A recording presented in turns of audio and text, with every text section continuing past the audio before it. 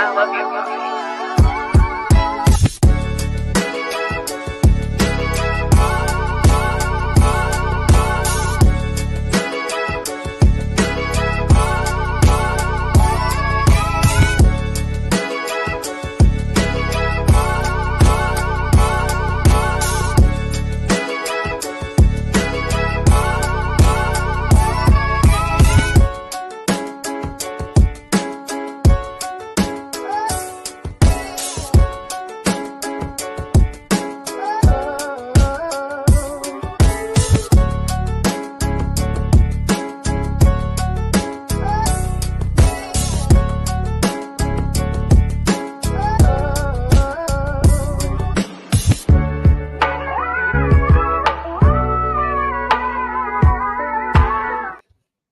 What is going on, ladies and gentlemen? I am Mike Hughes, and you are listening to The Shy Kid and Everything Chicago Sports Related Podcast, a.k.a. the original Mike on the mic. Sitting here with Inside the Hoosier mind, and we're going to be picking his brain a lot today, talking Chicago Bears football and NFL draft. Tony Hollinsworth. Tony, how we feeling, baby? Hey, I'm feeling great. I got my new Bears hat that I'm rocking. This kind of old school. Looks like it's pulled straight out of the 1990s. Ooh, look at that. Oh, I got this one. Yeah. Look at that. Not gonna lie, I'm still partial to your fuck Green Bay hat though. That hat is elite. That hat only comes out on special occasions when I feel like we truly get to use it. Let me fix the mic really quick. Bar. Oh, I see what you did that. Yeah. No, we got a weird situation going on really quick on the TikTok side of things. But I think we're gonna be okay. Just have to make sure we get all the technicalities right. There we go. How you doing? We're back. How you doing? No, man, but we got a lot of topics to talk about tonight. We got a lot of things that are going to be breaking down everything Chicago Bears. So let's get into it, man. First of all, we saw today that ESPN graded the Justin Fields trade an A for the Pittsburgh Steelers and a D+ for the Chicago Bears. Now, obviously, what goes into this conversation a little bit more is the Bears had 4 other teams that were interested in Justin Fields. That's what Ian Rappaport reported. And apparently the compensation that the Bears would have acquired from either of those teams was 10 times better than what they got from the Pittsburgh Steelers, which was a 2025 6th-round pick, which if Fields plays 50% of the snaps in 2024, could turn into a 2025 4th-round pick, which a 5th-round pick in 22 or a 4th-round pick in 2024, I don't mind at all. But Tony, with that, we're going to talk about Ryan Poles morally, and then we're going to talk about Ryan Poles, the GM. So right now on both fronts, where would you grade this trade for one of Ohio State's greatest quarterbacks of all time? If I had to grade it, I would honestly, I'd give it about a D. And I give it mainly a D for trying to think of how I want to word it. I get why they gave Pittsburgh the A, mainly because they now have a young quarterback that isn't under contract. They don't have to pay him anything. Right. You already have Russ, who you're only having to pay him $1 million because Denver is upfronting his entire salary. So if it works out for Russ, cool. If not, you haven't lost anything. You haven't given up anything to get him. Same with Justin.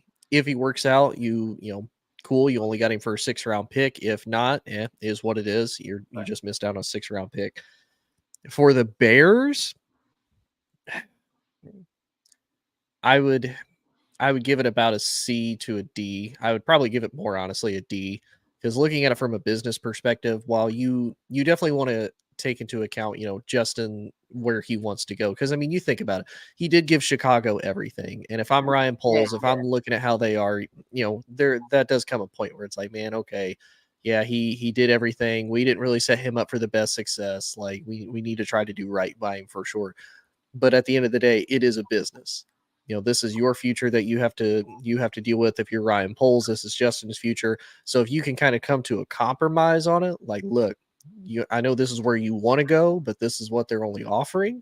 If another team is offering something different, like, hey, we going to trade you there, and you can either ask them to be traded or wait it out for a year. They cut you, and then you can go wherever you want to go from that point. So that's how I would kind of look at it. And,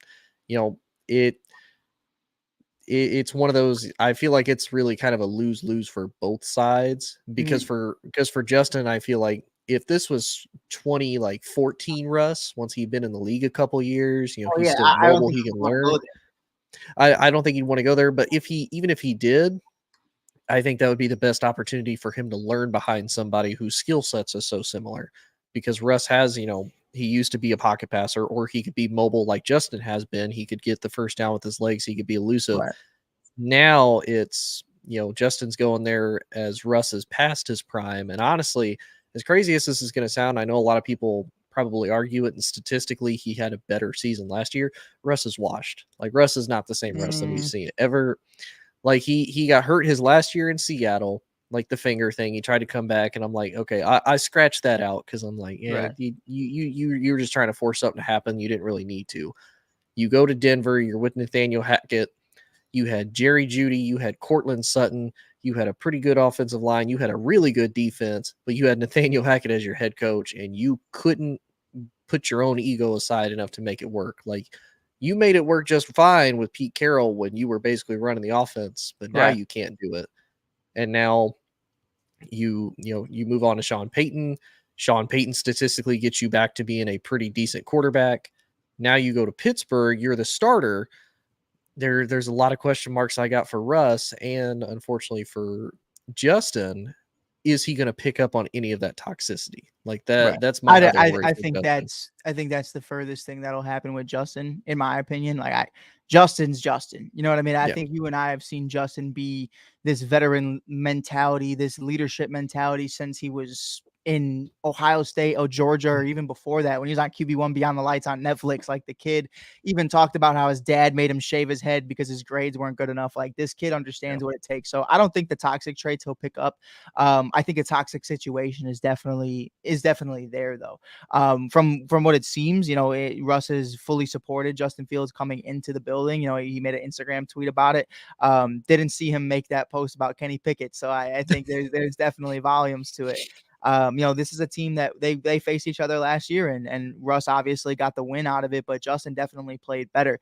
26-8 was the touchdown interception ratio of Russell Wilson of this past season. And as a lot of people say, he took a step back. He had a better season than Justin Fields. And I understand Luke Betsy's a part of that, but Jerry Jeudy, if we're going to be completely honest, at least in his Broncos career, hasn't shown me anything. It hasn't shown me a damn thing. Sutton and Patrick's been hurt. Sutton, when Sutton's the number one, it's hard to really evaluate that. But, I think you make great points. For myself, for the trade as a whole, I think I would morally, for Ryan Poles, the man, I think you give him an A+. Four teams gave you better options, and you went with the one guy that Justin Fields wanted to go to, which was the Pittsburgh Steelers. Justin's representatives, according to Ian Rappaport, said he only wanted to be a Steeler at this point in time, and you made it happen. You said you were going to do right by him, and you did. Morally, that's awesome. But as a general manager, it's like, listen, I hear what you're saying. I understand ESPN gave it a D+. I'm going to say the grade to me was a C-. And why I think it's a C- is because I would have loved it for it to be a 2024 pick. I think that's where a lot of us were. I think the Eagles were likely the team that wanted Justin Fields, which, as crazy as you and I even said, no way, when that rumor came out 2 weeks ago, then you see them give up a 6th-round pick in 2024 for Kenny Pickett. Okay, that was probably supposed to be for Justin Fields, but Fields didn't want to go play behind Jalen, which makes sense. He didn't want to be all up in that ass doing tush pushes all day. But That's what I think, Saquon's for. oh man, I would hope so. Who's gonna get hurt first? But I think at the end of the day, for me, why I give it a C- is because it's important when you're a general manager. People don't realize this. I understand, you want to get your bang for your buck. This is a guy you took 11th overall in 2021. This is a guy who broke Michael Vick's single game NFL records. This is a guy who rushes over 1,000 yards a year and won the hearts of the city for the most part, of the city. And you want to get good compensation in return for that. But one, you're understanding the whole principle of, we just got to get him out the building so we can get Caleb Williams in here and he understands it's his team. And two, doing right by your players is one of the most untalked about things in the NFL, whether they are on your roster or not. Sending Robert Quinn to the Eagles was a success. Sending Roquan Smith to the Ravens was a success. Then you see, obviously, there's guys like Chase Claypool. Yeah, we don't care where you go because you don't care about us. We don't care about you. But Justin Fields, if you do wrong by him, and obviously he's talking to other people. He's talking to DJ. He's talking to Jalen. He's talking to the guys on his team. If they ask him, hey, how do you feel about going to Philly? And he says, I told Ryan I didn't want to go there, and he sent me there anyway. That makes guys like DJ Moore, who are going to be free agents after the 2025 season, question, are they going to take care of me? That makes a Keenan Allen question. Are they going to take care of me? It's important for how teams look at you and say, is this an organization that I would move my family to? Is this a place that I would want to be for the foreseeable future and risk everything in my career for? So I think I give it a C- because you look at it for what it is and understand that he's showing that free agents should want to come here, that we take care of our own. And I understand it's not the pick that we wanted, but it's just the market that it is. I understand Sam Howell gets a 3rd-round pick, but they also gave up draft capital and Sam Howell to get that 3rd-round pick. And we didn't have the capital to be able to be in that kind of position. But I like it, Tone. I don't think it's D+ worthy, but I definitely wouldn't say, you're the smartest tool in the shed, sharpest tool in the shed. Neither am I. Well, and I would also argue too, we'll probably be able to give a better evaluation of it when 2025 comes around as far as what they do with that pick. And I say that because you look at, and I know everybody tries to use Tom Brady. I feel like Tom Brady, while yes, he was drafted in the 6th round, that's a bit of a reach. I'm thinking more of, you look at George Kittle and the fact that he was drafted in the 5th round. You could look at, Dak was drafted in the 4th round. You can get quality starter, good players in later rounds. And I know Pride is just ecstatic right now. Hey, Tone. What's up? What did Mac Jones get traded for? Oh, a 6th-round pick to the Jacksonville Jaguars. So I don't know why Pride's laughing like shit's funny. At least Justin did something. Broke some NFL records. But your boy got his job taken by Bailey. What is his name? Bailey Zappi out of Bailey Western Zappi. Kentucky. Yeah, shout out Caleb Williams. At least we have a generational talent coming in the room. You got Bailey Zappi. Crazy. Couldn't be me. No, right? But no, I don't think it looks bad initially just because of what it is for face value. But yeah, if we look at this in a year or so, and you look at who they potentially draft, how that player potentially does for the Bears, I think we'll be saying a lot differently. Because at the end of the day, a pick is a pick, and like Coach used to always say to you and I when we used to talk about trading all these picks. Because you look at the Rams haven't had a 1st-round pick for like a decade, damn near. Man. Still don't. Still don't. Like, the picks really don't matter unless the players that you pick actually work out. Look at the Raiders drafts for like 90% of the time the last few years. Their 1st-round drafts are crap, but their later round drafts end up being pretty good. Same with the Steelers and whatnot. They usually end up drafting overall pretty well. But yeah, right now it's not that big a deal. And I do like Ryan Poles taking care of his guys, because like you said, Chicago is always a big market. They don't ever have to worry about people, not being able to make money when they come to Chicago. But there's a lot of outside to it. You got to play outside in the cold. You got to play against Green Bay. You got to play against Minnesota and Detroit. And you're playing in the NFC as a whole. And historically, the Bears, they don't really do offense a whole lot. It's very rare. Like, once every few years, they're like, yeah, let's invest a little in the offense. Right. We'll see what we're doing. But I think it's a good move for Poles to say, hey, we didn't do right by this guy, and we need to do right by this guy now. If you come here in Chicago, you feel we don't do right for you, we will try to get you to where you want to go. No, for sure. And I think one of the main things for me that, we break down and we talk about all the time is like, I dropped this again, who is Justin Fields? And I think, we have to really evaluate, who he's going to become and the way he's going to go about it. I think at the end of the day, damn it. I think at the end of the day, we have to talk about one thing first and foremost. You talked about it, you mentioned it, you kind of brought it to attention.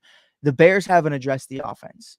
In one move, in one swoop of the night, here's what the Chicago Bears got in return, thanks to Lovie Smith and the Houston Texans in 2023 for the #1 overall pick, which became Bryce Young. The Bears ended up getting 2 wide receiver ones. They got DJ Moore from the Carolina Panthers, and they just traded the 4th-round pick that they traded back twice for in the 2023 1st round to get Keenan Allen. If you remember, the Bears traded #1 for, I think it was 8 or 9, something like that, or 10. I forget what it was. And they traded back to not take Jalen Carter, which they got in return was the number 10 or 11 pick, whatever it was. They took Darnell Wright, and then obviously a 4th rounder, which they traded for Keenan Allen. So you got Darnell Wright, who's your new franchise tackle, looked great. Yep. GBO, go Big Orange. Two number one wide receivers in DJ Moore and Keenan Allen. Tyreek Stevenson, who is one of the better defensive rookie corners in the entire league, had a defensive rookie of the year candidate type season. And then obviously Caleb Williams with the number one overall pick this year, and I believe a 2025 second round pick as well. So, you look at that and you go, okay, well, every single pick we just talked about outside of Tyreek Stevenson is likely going to be offensive minded. 2025 second round pick, who knows? But, I definitely think the Bears have really gone about it the right way. I think they're in a position right now to where the monsters of the Midway for the first time in what feels like forever are offensive minded. Obviously, the defense is still great. You know what I mean? The defense is top 5. They're probably going to add somebody like a Dallas Turner or a Jared Verse or somebody along those lines if a wide receiver isn't available. But it's going to be interesting to see how, just like we talked about in the early 2010s, Tone, Jay Cutler, not you and I talked about, but Bears fans. Yeah. Jay Cutler, Brandon Marshall, Matt Forte, Martellus Bennett, Devin Hester, all these guys. I mean, Alshon Jeffrey, you're looking at them and you're like, the offense is better than the defense for the first time in how long? So I'm curious to see, how quickly this offense catches up with this defense that's already been solidified. I think if you really look at it, Caleb Williams, if he is who he's supposed to be and thought out to be a generational type talent, I'm not going to say Patrick Mahomes-esque because I know that pisses a lot of people off, but a generational type talent. The sidearm throws, what he can do with his legs, the way he can read the field, and his arm ability is second to none in the Pac-12. And that's not saying much about the Pac-12, but it's definitely a case to be made that he is going to come in here right away and have success. So especially in this situation, I saw today on Twitter they were saying this is the greatest situation any number one overall pick has ever been in. But to solidify that argument, I want to go into the next topic, because this one is a more interesting one to me. Caleb Williams comes to Chicago. What is the level of anticipation to you for what he can potentially do for the Chicago Bears organization? We've seen the Gale Sayers, we've seen the Walter Paytons, the Matt Fortes, the Jordan Howards. I'll throw them in there. Fuck it. We've seen the monsters of the Midway, the Mike Singletaries, the Doug Planks, the Doug Atkins, the Brian Urlachers, the Khalil Macks, the list goes on. We've seen the defense and the run game. We've never seen what a franchise quarterback legitimately can do for the city of Chicago and how he can potentially put us on his back and take us to the next era of Chicago Bears football. So what are your realistic expectations for Caleb Williams right now as it pertains to stepping into the organization to immediately take charge? Yeah, I do want to real quick before I dive into that. Shout out to Lovie Smith. Even though he's gone from the Bears, he's been gone for the Bears for a while. He's still taking care of Chicago Bear fans and give the him Chicago a statue. Bears. Give him a statue. He needs one, man. I love Lovie Smith. I miss Lovie Smith being the head coach. 1,000% honest with you. But no, as far as the expectations, I do expect Caleb to have a come to earth season. And I say that because you look at the year that he won the Heisman, he absolutely balled out. The only losses he ever had was against Utah and Cam Rising, which Utah has quietly always been a really good team in the Pac-12 for the last few years since they've joined. So that's really not Caleb's fault. Last year, it was more of he kind of started to come down to earth because of the frequent losses. He didn't really bounce back from Notre Dame, didn't really bounce back out of 5 of the 6 of his last games that he had there at USC in the Pac-12. This year, coming into Chicago, you're going to have a new system. You're not going to have Lincoln there to help you. You're going to have a lot of growth. You're going to have to learn. And much like you brought up, this is going to be one of the first times that the Bears have really invested into the offense. The defense is going to be able to help you, which you haven't had your entire collegiate career between Oklahoma and USC, both with Alex Grinch. You have a legitimate defense that is going to be able to support you, and you have an offense that should be able to support you as well. So I think there's going to be a little bit of expectations that, to me, should be kind of brought down a little bit. He is a rookie. He's going to have to learn. He's going to have to build a chemistry with Keenan Allen. He's going to have to do that with DJ Moore and whatnot. The sky is the limit as far as potential. I think, all honesty, like I said, if he wins 8 or 9 games, or if the Bears as a whole are able to win 8 or 9 games with him at the helm, that's an absolute success first year for him being in the NFL.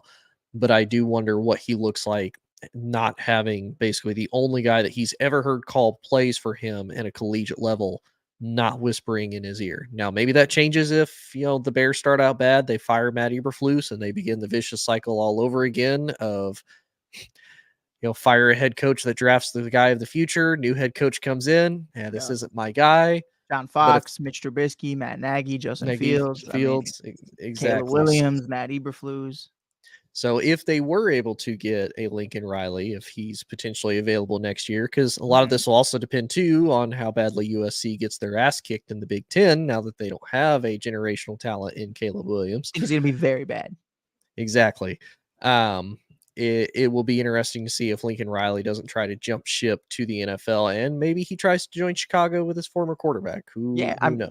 I could definitely see that. I definitely think that's in the realm of possibility. But the only problem with that is if they have success and Lincoln Riley is available, do you move on from Matt Eberflus just to get Lincoln Riley? Like, let's say for sake of argument, the Bears defense is top 5 and the Bears win 10 games, they make the playoffs, but Lincoln Riley is available and Caleb Williams looks like the next generational talent. Would you cater to Caleb Williams and what he wants going into his second season and fire Matt Eberflus and Shane Waldron to bring in Lincoln Riley and his own staff? Or would you continue to trust that process knowing, listen, we can't let this kid think that he's running the entire team right away? Because to your point, I will say this, I'm not there with it. I'm not there with it. And this is a prove it year, not a prove it year. This is a come to earth season. Like, I've seen guys come in here and have success. I saw Tommy DeVito come in out of nowhere and just start lighting it up in his rookie season. But for real comparisons, you're looking at CJ Stroud, you're looking at Anthony Richardson, you're looking at Bryce Young, who Bryce didn't look great, but he was put to the test and they made no excuses for him. And, shout out Luke Combs and the Carolina Panther fans everywhere who are holding guys accountable for that, because that's why you get Deontay Johnson for a 7th round pick. They're doing their job.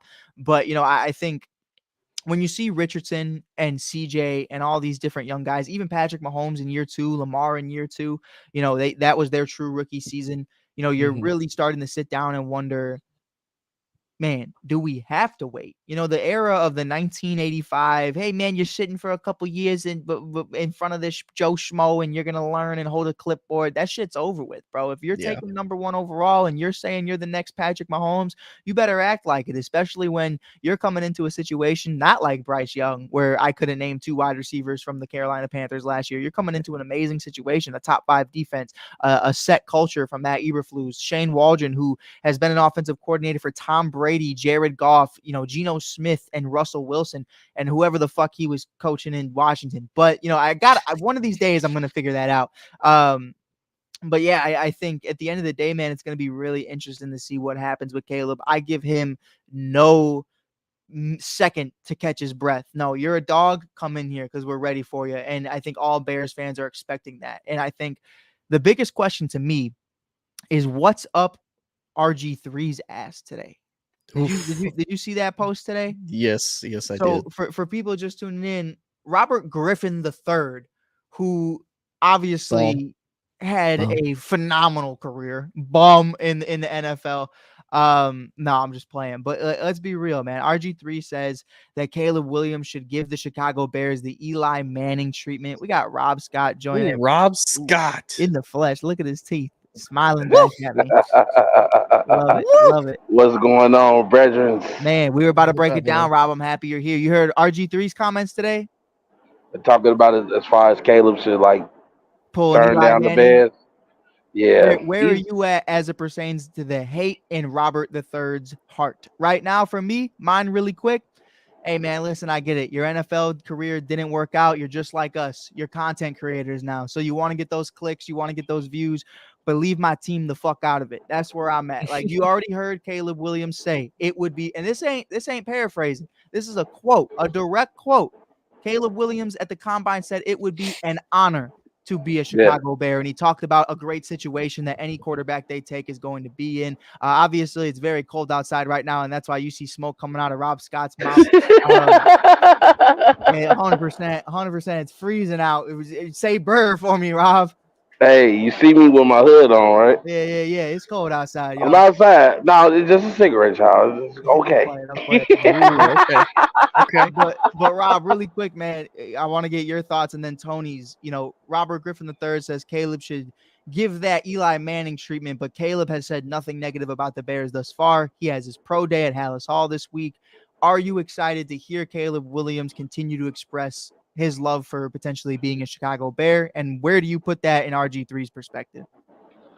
All right, so this is what I've been saying because I haven't had a chance to really let my feelings out about how I feel about the Justin Fields trade. Okay. Not now that I've had a chance to sleep on it, it sucks still because I had so much faith in that kid. But unfortunately, the reality is, if Caleb Williams comes in and he does a great job, and we're at least in playoff contention, unfortunately, Justin Fields become a distant memory. And we're gonna go and we're gonna say, all right, we're riding with Caleb. It's just the Bears thing to do. Right. So we're really just looking for wins. But as far as what RG3 says, it's like, dude, Mike, I second your opinion. Stay out of our business. Like, worry about what's going on over there. Like, at the end of the day, regardless of what you think you may have heard or what you think you're hearing from Caleb Williams, he understands that right now the Bears are looking at you. Right. And he also understands that he's coming in a great position right now. Like, they have set the table. They've done something for you that they haven't done for Justin Fields in the last 3 years. And really quick, Rob, I want to point something out that's even crazier. Caleb Yeah. Williams at the combine said that any quarterback going into the Bears right now is a great situation. That was before they brought in Kevin Byard, DeAndre Swift, and Keenan Allen. So he already thought that it was a great situation. What do you think he fucking thinks now, Tony? This is an even more bigger situation to come into. You have two number one wide receivers, a better backfield, a more efficient backfield in the red zone when you take into consideration a guy like DeAndre Swift. Is this even more of a situation that Caleb Williams would be pleased to go to before he even said that at the combine? Oh, I think so. And here's the other thing that not only Caleb has to realize, but RG3 needs to realize. If Caleb does try to pull the Eli Manning thing of, oh, I don't want to go to Chicago, Too bad. Where else are you going to go that is QB needy that you think is going to be some great situation? Right. Washington, the only person you have to throw to right now is Terry McLaurin. That's Shout out it. Scary Terry, though. Love Scary Terry. Underrated wide receiver. Top 10 almost every year. You know who Terry reminds me of? He reminds me of another DeAndre Hopkins. He gets over 1,000 yards with rotating QB carousel back there and puts up stats constantly. Yep. Free my man Scary Terry. But nonetheless, Facts. where are you going to go? Washington, that's a crap show. New Not England. going to go there. You don't want to go there. New England, even worse crap show. They have the absolute worst wide receiver room in the NFL as it sits right now. And you can look at, and we could sit here, we could break down the rest of the draft board as far as who else needs a quarterback after that. Right. You're not going to a better spot than that as far as teams that have weapons. Now, Dustin kind of brought it up. Minnesota is really the only, other QB needy team, but he's not going to reach down that far. And I don't see Minnesota giving up that much to potentially go get him. To your point, here's the thing. Even if Ryan Poles, and I want everybody, we have over 60 people in here right now. I want it known. Everybody on this panel believes the Chicago Bears are drafting Caleb Williams number 1 overall, but our guy Dustin proposed that potentially Minnesota would be interested in trading up for him. And this Dustin doesn't probably believe that either. I would just say we're making an argument here.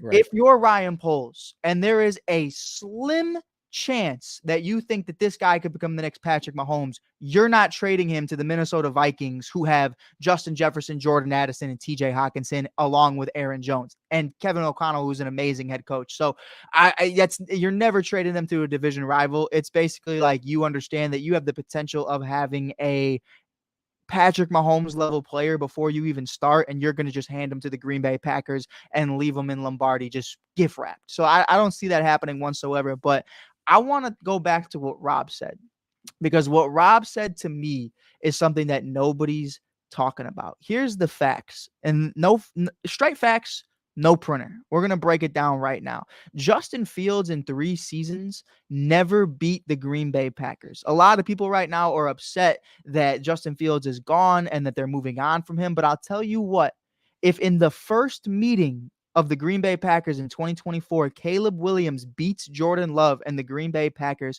people are going to forget about Justin Fields. That's just what it is. And there's no ands, ifs, or buts about it. We haven't beat them since 2018. That's a fact. Man, I just graduated high school and now I have a full-blown beard and my niece is 4. What are we doing? Like, there was a global pandemic before the last time we beat the Green Bay fucking Packers. If Caleb Williams walks into Lombardi or Soldier Field, I don't know when they play or where they're going to play, whether that's week 1 or whatever. If they walk in there and we get that dub, Justin Fields becomes a distant memory. Does anybody here disagree with that? No, I'll go out and buy a Caleb Williams jersey if he beats the Packers in his very first meeting. Because On God. God, you know how nice it would feel to say, man, as much crap as I give Caleb Williams and as much slander as I've given this man, for him to beat the biggest bum that I can't stand at quarterback ever for Green Bay, be so nice. I'm I gonna don't say even know this. what I would do. If I can start wearing this hat again proudly, I'm cool. I'm cool. If I can start wearing my Green Bay Sucks hat, I'm rocking. I've been wearing this inside the house for the last 3-4 years because if I walk outside, I get clowned. There goes that Windy City again, man. That's crazy. But nah, man, I'm curious to see what happens. And there's a lot of different ways this can go. One of our other topics we have for the night is the number 9 overall pick today. Hold on. You also forgot to mention. What happened? I just want to say this. I think we were blinded about our want for Fields, that we forgot that Ryan Poles realistically built the Kansas City Chiefs before he left. So in his opinion, it's like, and I know you're gonna say yes or no, but Mahomes was his guy.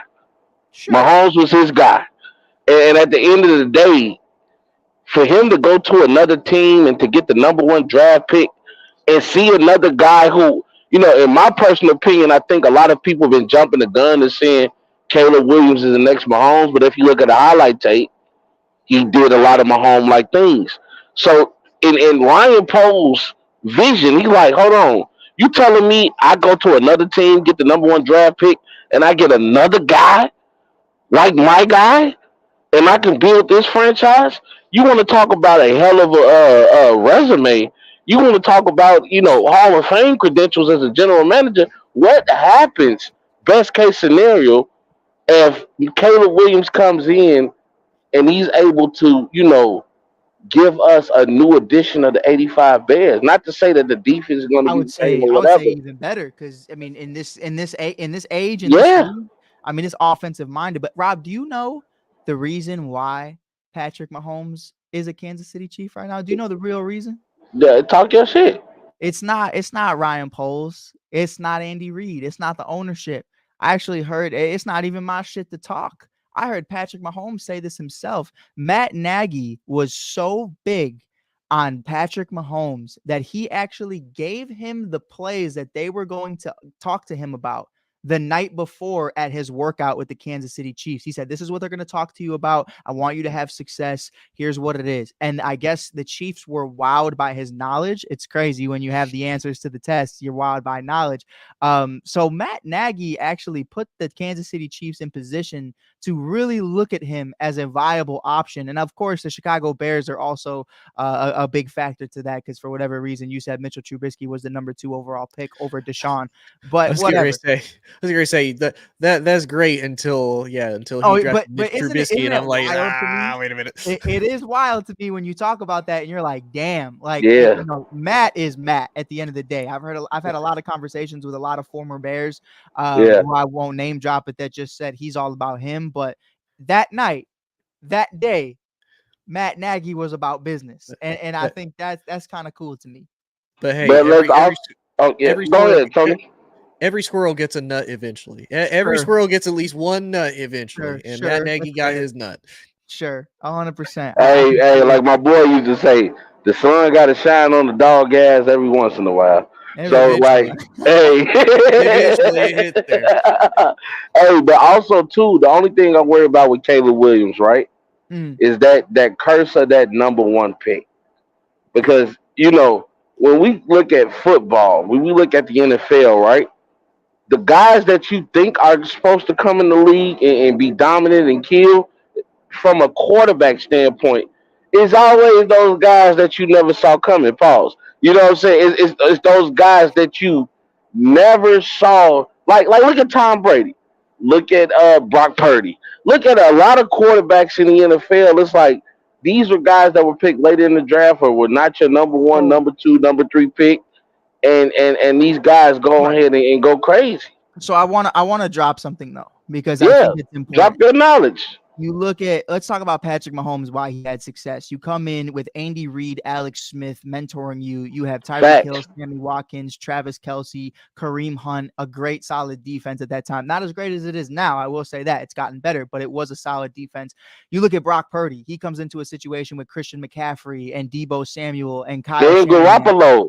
I think All Garoppolo was there too. Right? Garoppolo was there Yeah. mentoring him. They Right. were all there. So, and then Tom Brady comes into a situation to where that team was Super Bowl built. Now, that's a And fact Drew because Bledsoe was there. exactly. So you look at that and you go, okay, look, all of these later round picks are going to better teams. The reason why the number one overall pick never has success is because they're going to trash teams. The Bears are in a situation to where they already have a top 5 defense. You led the league in interceptions, top 2 run stopping defense. You got better in the pass rush game after bringing in Montez Sweat. You still have the number 9 overall pick. You still bring in guys like Jalen Johnson, extend Montez. You bring in Keenan, DJ, Swift, all these different guys in the offense. You know, Tony mentioned it, saying that this was potentially one of the greatest situations any number 1 overall pick has come into, and he hasn't been the only one who said that. I've seen that in a lot of I different agree. places. And I would agree as well. You know, if you look at, I would have to look at the numbers and the rankings, but somebody posted out earlier today of all of the perfect situations. I definitely think Caleb Williams is coming into one of the best situations, especially when you bring into the fact Luke Getsy is gone, Shane Waldron is here. So yeah, Brock Purdy had success, but he also had one of the most dynamic offenses and offensive minds in the game. Patrick Mahomes had success, cool, but he had Andy Reid, Travis Kelsey, and Tyreek Hill. All of Then that's Alex great. Smith. Fuck Yeah. Alex Smith, Rob. Stop Well, saying you can't really say that because what he teach Alex, him. but Alex Smith had this team as a perennial Let me tell you playoff something, team. Rob Scott. Let me tell I'm you just something. being real. I'm about to Hey, be real. Alex I'm about to Smith be real on to you. Gonzalez to TG, that was a Nah. real combination. You want to see the real combination of how many times his foot went counterclockwise that season? He ain't teach him Oof. nothing. That man's Oof. foot was in the back of his head. But you got to That talk about knowledge that you got. Like Show me. even like look at somebody like Aaron Rodgers, right? You look at somebody who's arrogant, who's he's not trying to train the guy that's coming next to him. But the fact that Jordan Love, and I know Tony gonna hate this because he hates Jordan Love, but the fact that passion. the fact that Jordan Love was there and able to learn that knowledge and to just see it up close and personal. That's the reason, and this is a whole nother topic for a different day. That's the reason I don't feel like a guy that's injured in his rookie season in the NBA should still win Rookie of the Year. You got to see veterans up close and personal. You got to see things behind the scenes that people don't see. Preparation, the way they watch film, the way they cater to the media, the way that they do things. You got to see this up close and personal, things that people don't get to see. So why should you win Rookie of the Year? Well, technically you're not a rookie. Same thing with Pat Mahomes. Regardless of how you feel about Alex Smith, Alex Smith was still a veteran in the NBA, the NFL, who had a long career. You know what I'm saying? We're talking about a guy that played 10, 11 years, man. You had a long career. You don't get to play 10, 11 years in the league like the NFL without being somewhat decent. You know what I'm saying? So you Oh, get to for sure. learn from that. You get to learn to be a professional. You get to learn how to navigate, the do's and the don'ts of this league. That is a asset. That is something that is beautiful to your career that you got to learn from these situations. Well, I So, would agree. I would agree. unfortunately, Justin only Fields didn't get pushback, that Rob, situation. Yeah. I was about to say I disagree with you. So you gave him Nick Foles, who's a Super Bowl MVP, who's been in the league for over 10 years. You give him Who was Andy, also a backup, bro. Like you're I, gonna I, I okay, can wait, give you an but argument you don't for let me finish. You don't it. let me finish. You have Andy Dalton, who is a franchise quarterback for the Bengals for over 10 years. So then you get both of those minds in there, and then I see my man average 150 yards every single game. So I mean, that's for me. Where Yeah, but I also seen my man's have an offensive line that said, "Hike, who want to hit him first?" Yeah. I and say then here, Here's the other thing that you got to remember too, because Mike, you brought it up with a lot of the later round quarterbacks getting drafted, and I've said this time and time before. Where you get drafted matters a lot. You know, Yeah. Pat Mahomes got drafted into the perfect situation. Here's the other thing too that again makes me cautious with Caleb, just because of what we've seen and what we've heard with college. There's only a small handful of guys that have even been the number one overall pick. There's even a smaller percentage of guys, especially now in the recent years, especially thanks to Cleveland, when you're that number one overall pick, you can truly carry a bad franchise to be great. You look Sure. at Peyton Manning did it. You look at Andrew Luck did it. Joe Burrow was probably the most recent. And, that's kind of a slight to Trevor Lawrence, even though, again, not exactly Trevor Lawrence's fault. But Jacksonville is another one of those situations where you are coming into a bad spot regardless. Cleveland is one of those bad spots. So for Caleb, you're coming into probably one of the best spots, because no, you don't have a good quarterback to learn from as far as a veteran. You have Tyler Badgett, who, yes, he has a year of experience under his belt. I don't Hey really count man. that. Hey man. I don't really count that for that man. That's Bajent, He has earned his Bagent. last name. He and has that's earned his Bajent. last name. My bad. It's That's Bagent. My Bajent. bad. My bad. Back in But- preseason, I didn't give a fuck, but that man got 2 wins. See, that man has earned his last name. Tony. Hey, Mike, I'm with you. That is Bajent. That is Adrian Bajan, sir. You pronounced it But- right. But nonetheless, though, he's coming into the best spot, because not only do you have a young veteran wide receiver who's still young enough, who can build a chemistry with you and help, kind of lead you and guide you.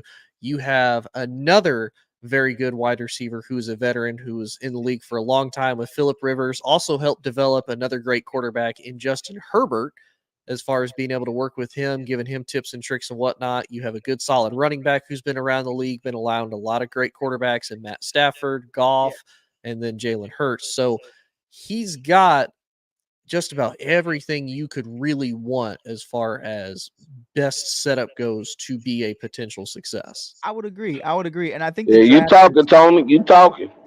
I would think the draft has a lot to do with that. And that's one of our last topics tonight, really breaking down what they're going to do with that number 9 overall pick. I think there's a lot of different ways you can go right now. I see a lot of people talking about the Bears are going to trade it for T. Higgins or something. They're not trading for T. Higgins. They have 2 number 1 wide receivers. DJ Moore is on his last year of his deal in 2025. Keenan Allen's on a 1 year right now. T. Higgins wants to be one of the highest paid wide receivers in the league. So it's just too many mouths to feed. It's not happening. I think if anything right now for me, you don't trade down 9 anywhere. I think the best player available is exactly where you need to go, whether that's offensive line or it's in a situation right now to where you see maybe somehow, some way. I saw Pro Football Focus had their mock draft today after Justin Fields was traded. They have I believe it was the Las Vegas Raiders or the Minnesota Vikings trading up to number 4 with the Cardinals. And now a guy like Malik Neighbors falls to the Chicago Bears at number 9. If Malik Neighbors or Roma Dunze are available, that's awesome. But if Jared Verse or Dallas Turner are available for the pass rush, I think that's the way you do it. But Tony, I know you were more prepared about it. I'll give Rob a minute to collect where he wants to go with it. Top 3 players that you would go with at number 9 right now if you're the Chicago Bears, say in whatever scenario you're given, they're available. As long as it's not Marvin Harrison Jr., I'll say it's a potential shot. But where are you at? If it was me, I would still stick with offense. I would go Malik Neighbors at wide receiver for LSU, if he's available. Big if, I would too, I think. big if.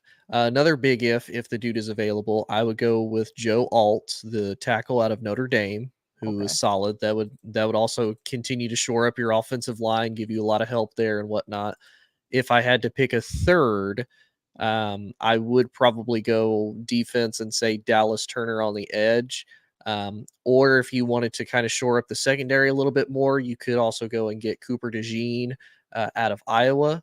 Oh, and you wanted to know who Shane Waldron coached in when he was with Washington in 2016. It was Kirk Cousins. So he's had a plethora of pretty decent quarterbacks that he's worked with. Kirk probably being the quote unquote worst, with having 1 win in 12 years, one playoff win in 12 years. Okay, wait, but would you say who's worse, Jared Goff, who he also coached in the Super Bowl of 2018, or would you say Kirk Cousins? Oh, Kurt, because at least golf, like you saw it in the regular season. Like you remember that Chiefs versus Rams game? I do. That That was a was that tough was a game. prime time game. Like That was the game to start the season. like you couldn't get much better of a game. Like that was solid. I mean, they fumbled it, at the end of the year when it came course. to facing the Patriots with Bill Belichick and whatnot. That was a god awful Super Bowl. But hey, he's had pretty decent success. So again, just kind of reaffirming Caleb's coming in the best spot, like you said. You still have the number 9 overall draft pick. You can do pretty much anything, and with the exception of doing a Bill Belichick and drafting a punter or a kicker, anything you add at this point is going to be an added boost to that offense or to that defense as a whole. Yeah, for sure. And for me, mine is really quick, and then we'll get Rob's opinion on it. I think my top 3 guys, Tony kind of covered. I'm going to do slashes next to mine because either one can be available. Malik Neighbors or Roma Dunze. If any of them are available, I take them first and foremost. I think that's where I'm at because for me, what it comes down to is, like I said, Keenan Allen's on a 1-year deal. He wants to get paid. He even vocally said, I didn't come here to take a pay cut. I didn't leave there so I can become the highest paid wide receiver, but I definitely want to be respected for what I've put in. DJ Moore, he's going to be a free agent at the end of the 2025 season. So this right here, getting a Roma Dunze or a Malik Neighbors solidifies someone who's going to run with Caleb Williams from start to finish in their Bears rookie contracts. These guys are going to develop together just like Joe Burrow, Jamar Chase. You could even argue T. Higgins because T. Higgins was relatively young when Joe Burrow came on the scene as well. And we've seen how that's worked out. I think those two building that camaraderie together while also either Malik or Rome just get to be themselves while 2 other number 1 wide receivers can help mentor them. You talked about Alex Smith earlier for Patrick Mahomes. What Keenan Allen and DJ Moore can help bring to one of those 2 young wide receivers, I think would be huge. Number 2, I'm going to go with either Dallas Turner or Jared Verse. Whichever pass rusher is available, I'm without a doubt taking them to complete the puzzle on defense. That's really one of the only needs. I'm big on Javon Dexter Sr. They obviously extended Andrew Billings, Montez Sweat. You got a lot of guys in those trenches, but DeMarcus Walker cannot be the guy who's paired up alongside Montez Sweat come opening night. So I think Jared or Dallas would definitely be the move. And my third one is Fashanu. I think Fashanu is one of the more interesting ones out of Penn State for me. I don't think Joe Alt is available. I think that's where Tennessee or Atlanta goes, especially after bringing in Ridley and Pollard. They unless they go Brock Bowers, cool. But I would definitely say Fashanu is one of those guys that I would take a look at. I know he's not. I know statistically Joe Alt and all of those guys are a little over him, but I think just like Darnell Wright, Ryan Poles understands you don't always have to go with the biggest name. You don't always have to get the biggest offensive lineman, the fastest, strongest guy. It's all about the discipline. It's all about who they're going to be able to be. That was a shitty Penn State team. And Fashanu was holding it down all year long for as long as he could. The man was a brick wall. So I would say one of those wide receivers, one of those pass rushers, or Fashanu clear cut would be my guy. I'd take at 9. Rob, number 9 overall pick. What would you rock out with? Man, I gotta say, I agree with a lot of what you guys said, but there's one guy you guys didn't say. So, of course, Gunze from Washington. I would take him if Nate is not available, but I liked him. Like, besides Marvin Harrison Jr., I think he was the next best receiver in this draft. Tony will heavily disagree as a LSU Tigers fan. Hey, but I just have to say, and I think before we go on to my next 2, you say that though because a lot of people been sleep on Jaden McDaniels, like McDaniel, like that kid is a stud. That Jaden Daniels. Yeah, Jaden Daniels. I said I keep putting the Mick on the beginning of his name, but Daniels. Yeah, let me get that right. I wanted to get his name right because he's also a guy that's earned his name as a quarterback. That kid is tough, man. Like you would take him at 9. St. Patty's Day is over. St. Patrick's Day was yesterday. Ain't no Mick in front of nobody no more. It's just Daniels. Yeah. I gotta take that Mick out of his name. Hey, Tony, I appreciate you because he has definitely earned his name, man. Jaden Daniels, man. Like that kid is tough, man. Like that dude is as a quarterback, I like him, and I think he might actually be the sleeper in this draft as far as QBs go. But on to my other 2, I got a Gunze. Like I think you have to put in Dallas, like you said, that defensive end. Like I would like to see him on the other side of Montez Sweat because it's not looking like. And of course, I didn't think we would be able to get Chase Young. You know what I'm saying? He's gonna go on to another team. I just saw. I forgot what team he was Saints. requesting to be with. Yeah, the Saints. Yeah, like and the I believe he Saints. signed already. It's a 1 year, $13 Yeah, million yeah, I deal. saw that in our chat, and I'm like, man, we're talking about a Saints team that's already been known for their tough defense, and now you bringing in this guy, I feel sorry for the South and the NFC, and then also I think a guy a lot of people ain't been talking about, don't know his name, that tight end from Georgia, man, and I know we already have two tight ends, right? But man, I think this dude is gonna be on the Gronk level, on a Kelsey level. I think this kid is him. To me, like Yeah. I've seen what he's done with Georgia, man, and this kid got all the right stuff to be a tight end. I mean, he gonna get the job done on blocking, but when you put him in the open field, it's cracking for whoever. Yeah. It's cracking for whoever. You can put whoever out there. I'm gonna get mine, and I like what this kid had, man. He's been a staple in Georgia for a couple of years. Like this kid is him.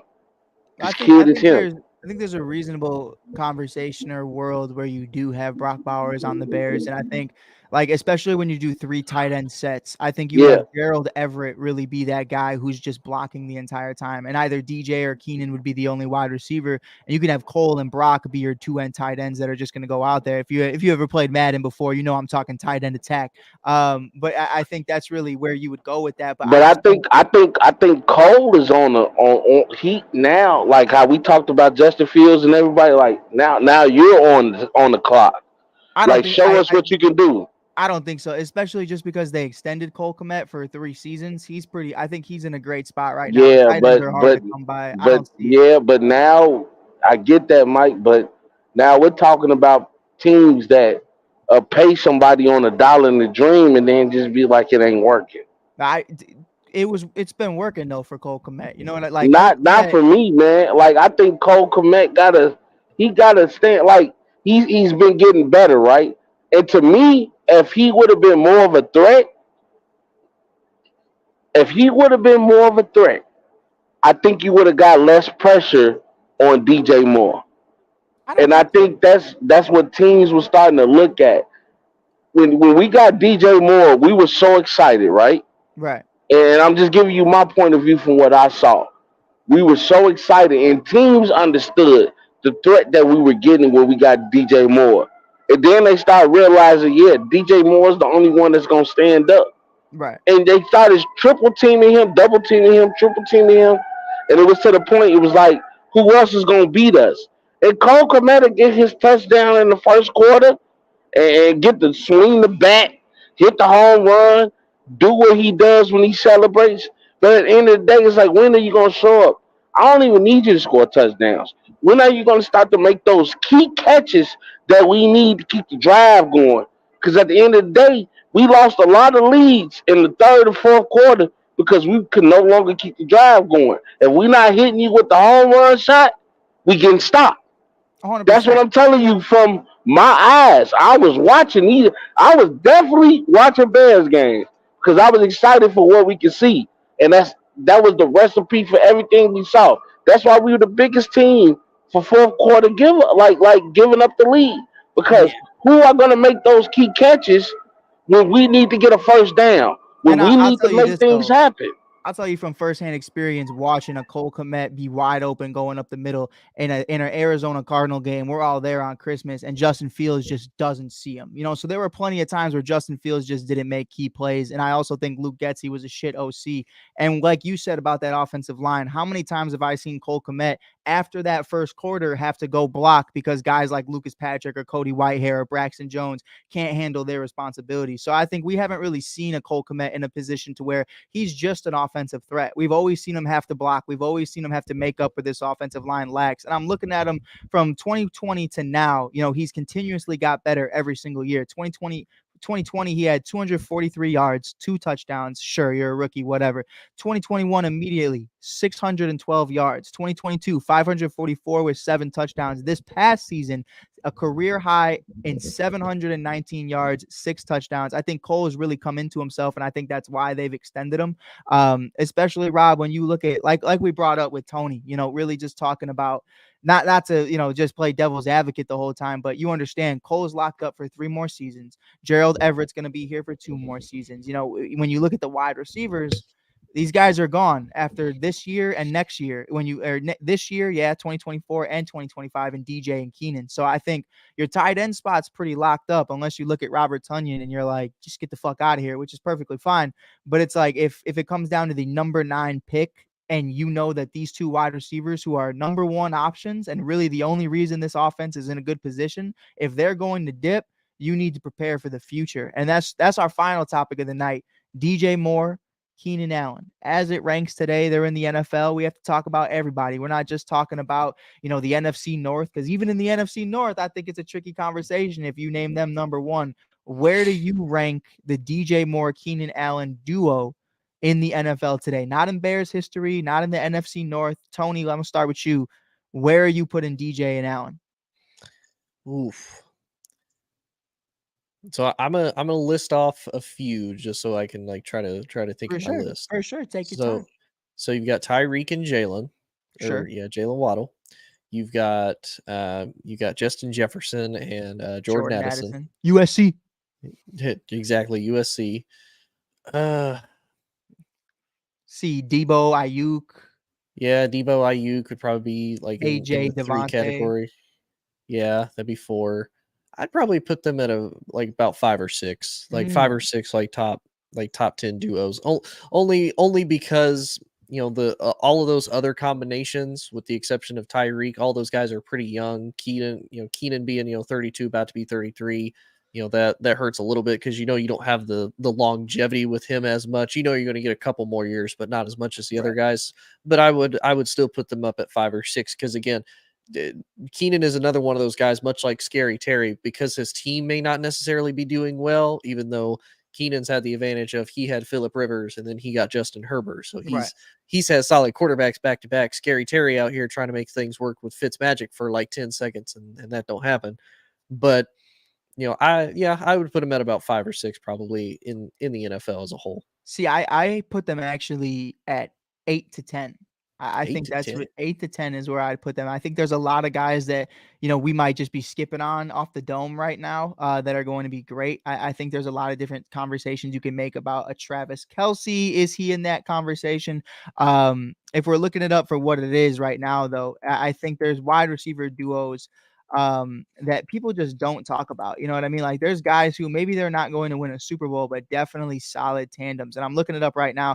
You still have to put in Jamar Chase and T. Higgins. I think you definitely have to put them in there. I think they make that list.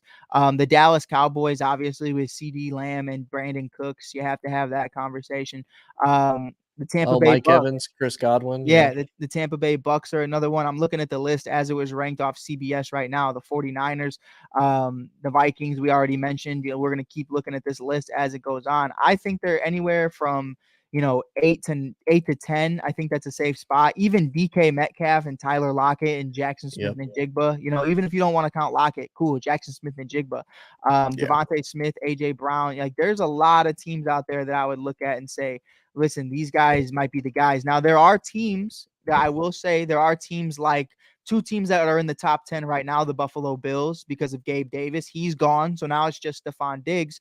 And then obviously a team that you look at who was the other team I was looking at? Oh, the Chargers. Keenan Allen's a Bear now. Mike Williams is Mike gone. Williams, Right. So, okay, maybe the Bears to me are in that 8 to 10 window. I don't think they immediately scream to me with a rookie quarterback that they are a top 5 duo. I think if Caleb Williams, to Rob Scott's point, if Caleb Williams is that guy, then they can immediately be a top 5 duo. You know what I mean? If he's the next Patrick Mahomes or he's the next greatest prospect and he pans out in his rookie year like CJ Stroud or Anthony Richardson, then yeah, for sure, they're a top 5 duo. But as of right now, with the rookie quarterback expectations, new offensive play caller, I would go into that and I would say anywhere from 8 to 10. Rob, where would you rank them? Man, that's tough, bro. And also, wait, really quick. Welcome home, Rob. No, I'm out and about, hotel room Oh, okay, okay. downtown. Not home, not home. Not home, not home. I'm I out thought here we just got working. a tour from Rob Scott's crib. No, no. We out here working, man.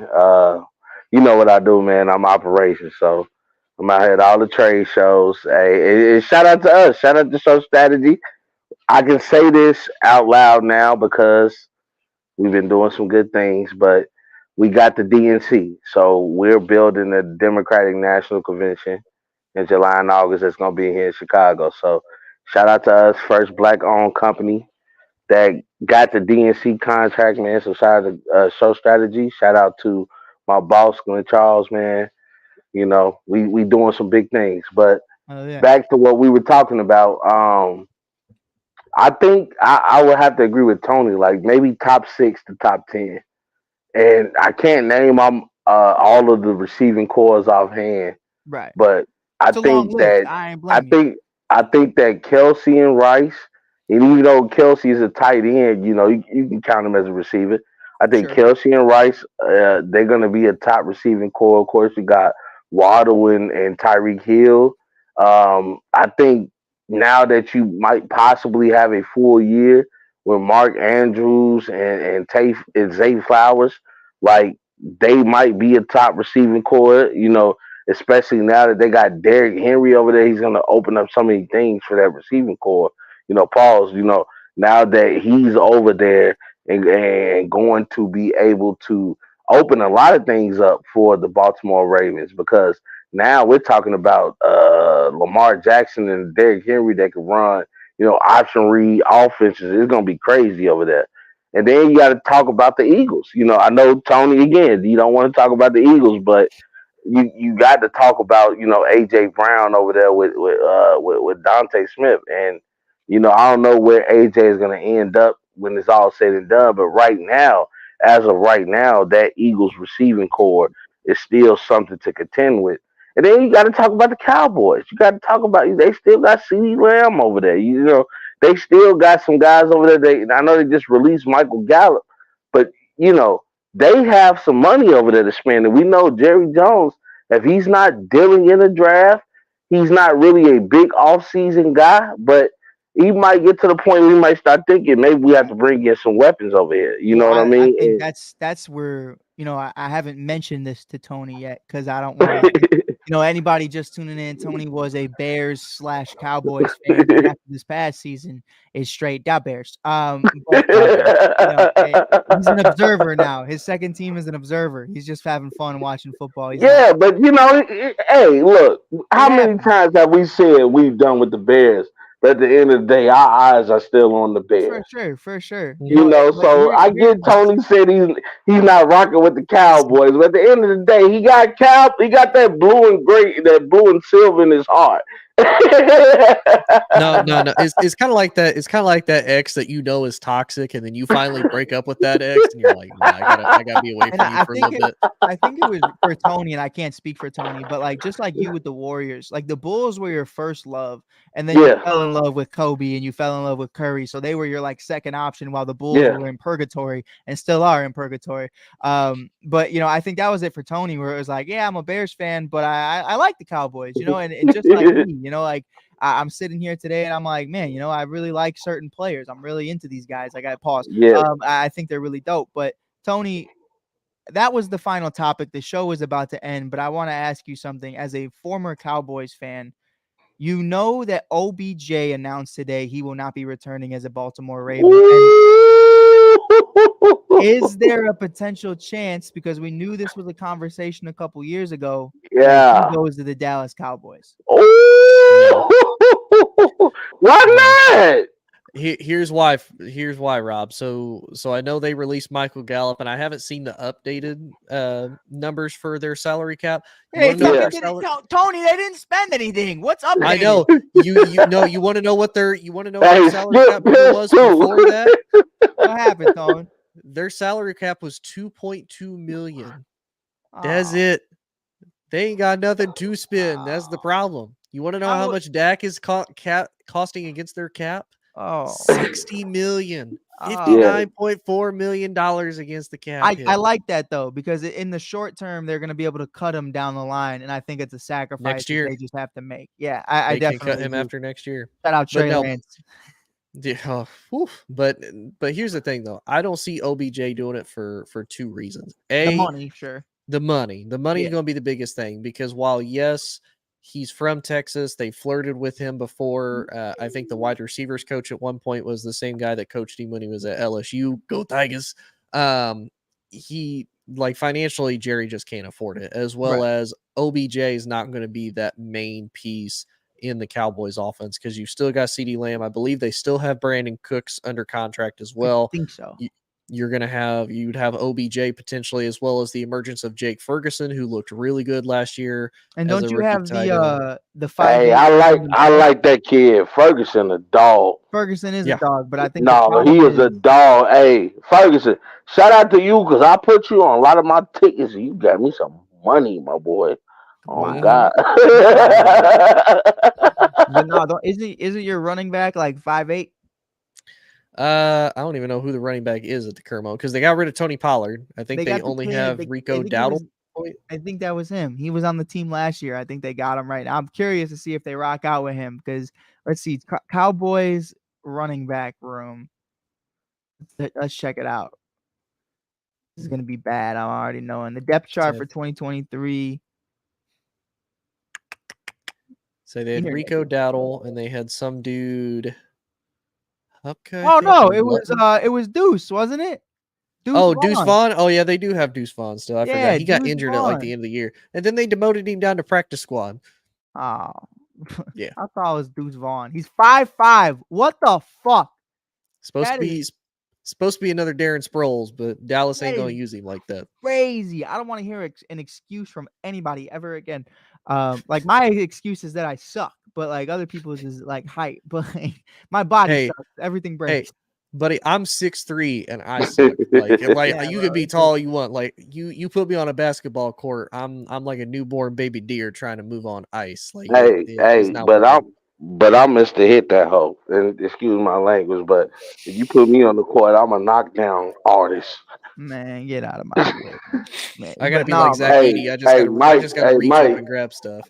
Hey, Mike, you seen people verify what I do on Facebook and everything. Like I really do that.